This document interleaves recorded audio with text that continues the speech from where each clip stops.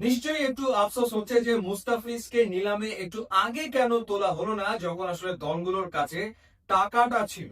যে সময় মুস্তাফিজকে নিলামে তোলা হলো তখন আসলে অনেকগুলো দলের কাছে টাকাটা নেই। তারপরেও হাড্ডাহাড্ডি লড়াই শুরুতেই হলো চেন্নাই সুপার কিংস এবং দিল্লি ক্যাপিটালস এর ভেতরে। এমনটা হওয়ারই কথা, এটা সবাই অনুমান করেই ছিল। এবং এই দুই দলের লড়াই চলল 5,20,00,000 রুপি পর্যন্ত। এবং তখন মনে হচ্ছিল মুস্তাফিজের গন্তব্য হতে চলেছে আরো একবার চেন্নাই সুপার কিংস, কিন্তু ঠিক সেই মুহূর্তে এন্ট্রি নিল কলকাতা নাইট রাইডার্স। কে জানতো যে কলকাতা নাইট রাইডার্স মুস্তাফিজকে নিয়ে প্ল্যান করে রেখেছে।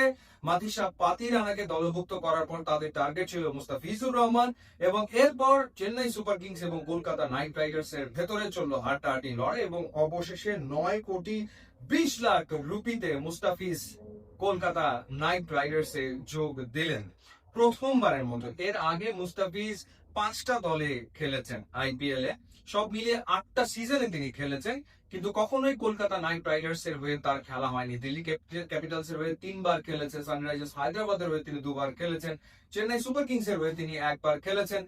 সুতরাং তাকে নিয়ে যে একটা লড়াই হবে সেটা অনুমান করাই যাচ্ছিল, কিন্তু সেটা 9,20,00,000-এ গিয়ে ঠেকলো। এবং একটু আফসোস হচ্ছে যে কেন আসলে নিলামে তাকে আরেকটু আগে নেওয়া হলো না। তাহলে হয়তোবা মুস্তাফিজের দামটাও ওই পাতিরানার মতো ওই পর্যায়ে পৌঁছে যেত। তারপরে মুস্তাফিজ রেকর্ড করেছেন, এটা আসলে রেকর্ড। বাংলাদেশি ক্রিকেটার যারা আইপিএল এ খেলেছেন তাদের ভেতরে মুস্তাফিজ রেকর্ড করেছেন। মাশরাফি বিন মর্তুজা 2009 সালে $6,00,000 খেলেছিলেন কলকাতা নাইট রাইডার্স এ, এবং ডলার রুপির বর্তমান যে হিসেব তাতে করে দামটা হচ্ছে 5,45,00,000 রুপি। এবং মুস্তাফিজের আগে 2018 সালে সর্বোচ্চ 2,20,00,000 রুপিতে খেলেছেন মুম্বাই ইন্ডিয়ান্স এর হয়ে। এবং এটি তার ষষ্ঠ দল, যেটা বলছিলাম। এবং আইপিএল এর ক্যারিয়ারে 8 মৌসুমে মুস্তাফিজ 60 ম্যাচ খেলে 65 উইকেট পেয়েছেন। তো মুস্তাফিজ তো খেলছেন, এর আগে 7টা সিজন তো তিনি খেলেছেন আইপিএল এ, 8টা সিজন তিনি খেলেছেন আইপিএল এ, কিন্তু কখনোই তিনি তার আসলে যোগ্য যে প্রাইস সেটা কখনোই পাননি। বেশিরভাগ ক্ষেত্রে বেস্ট প্রাইসেই তাকে দলে নেওয়া হয়েছে। এবারই আসলে মুস্তাফিজ সত্যিকার অর্থে তিনি একেবারে যথাযথ যে পারিশ্রমিক বা তার যে দামটা হওয়া উচিত সেটা আসলে পেলেন, যেটা সত্যিকার অর্থে রেকর্ড। এবং Kolkata night Riders definitely Pathirana এবং মুস্তাফিজকে নিয়ে প্ল্যান করবে, এবং মুস্তাফিজ একটা দুর্দান্ত আইপিএল খেলবে, সেটা তো সবারই প্রত্যাশা।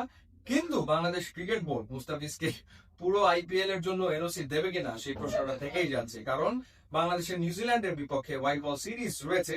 সুতরাং দেখার ব্যাপার যে মুস্তাফিজকে আসলে ফুল সিজনের জন্য এনওসি দেওয়া হয় কিনা, কারণ সবসময় এনওসি নিয়ে বিসিবি এক ধরনের কি বলবো, যে তারা এক ধরনের নাটকই মঞ্চস্থ করে থাকে।